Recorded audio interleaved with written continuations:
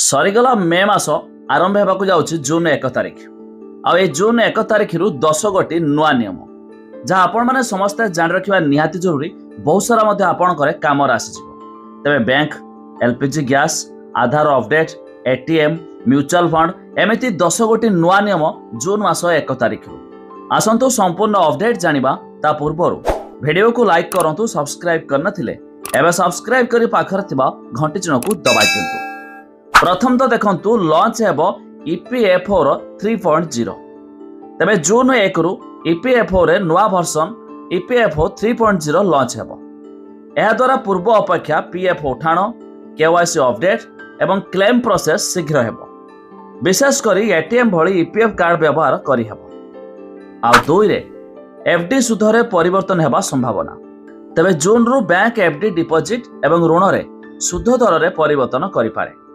तबे reserve bank रो संभावित repo rate ह्रास जोगु एफडी रेट कमी पारे। जपरिक सूर्योदय स्कूल फाइनेंस बैंक रे 5 वर्ष एफडी रे सुध 8.6% रु 8% को ह्रास कराइछि। आउ 3 रे क्रेडिट कार्ड रिवार्ड्स एवं चार्ज रे परिवर्तन।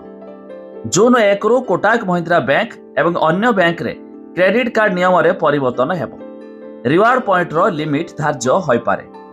ऑटो डेबिट फेल हेले पेनाल्टी कमी पारे। यूटिलिटी पेमेंट रे अतिरिक्त चार्ज लागी पारे। आउ 4 रे एलपीजी सिलिंडर दर रे परिवर्तन। प्रति मास पहिला रे एलपीजी सिलिंडर दर नै समीक्षा करा जाय। तेणु जून 1 रे घरई एवं कमर्शियल गैस दर बढ़ी पारे कि कमी पारे। आउ 5 रे एटीएम ट्रांजैक्शन चार्ज बढ़ी पारे। एटीएम फी ट्रांजैक्शन लिमिट परे अतिरिक्त ट्रांजैक्शन पई चार्ज लागी पारे। जो माने बारंबार कैश उठाउछंती से माने एहा द्वारा प्रभावित हेबे। आउ 6 रे म्यूचुअल फंड रे नुआ cut off time SEBI overnight mutual fund scheme पई कट ऑफ टाइम लागू करिछि। जून 1 रु ऑफलाइन ट्रांजैक्शन पई अपराह्न 3टा ऑनलाइन पई संध्या 7टा धार्य हेबो। एहा द्वारा करा जायथिबा ऑर्डर आसंता कार्य दिवस रे होइथिबा धरा जिवो। आउ 7 रो आधार अपडेट फ्री रे आधार कार्ड अपडेट सुविधा जून 14 जाय रहिछि। एहा परे ऑनलाइन अपडेट 25 टंका एवं सेंटर रे गले 50 टंका लागिबो। एथिपाई जल्दी करंतु अपडेट। आउ 8 रे यूपीआई ट्रांजैक्शन रे देखा जि असली रिसीवर को नाम। एनपीसीआई नुआ नियम लागू करिछि। एहा द्वारा यूपीआई पेमेंट करिबा समय रे यूजर्स को केवल असली रिसीवर को नाम देखिबा को मिलिबो। क्यूआर कोड किबा एडिट होइथिबा नाम देखा जिवो नाही। एही नियम 30 जून जाए समस्त यूपीआई ऐप रे लागू करा जिवो। आउ 9 रे जून रे 12 दिन बंद रहिबो बैंक।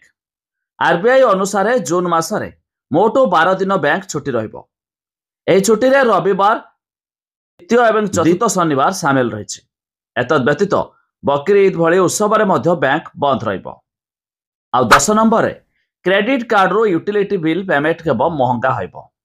तबे जून रो क्रेडिट कार्ड रो बिजुली पानी भली यूटिलिटी पेमेंट कले अतिरिक्त चार्ज पड़ी पारे। कैशबैक शर्त रे भी परिवर्तन होई पारे। एने किछि बैंक मध्य संकेत दैछंती।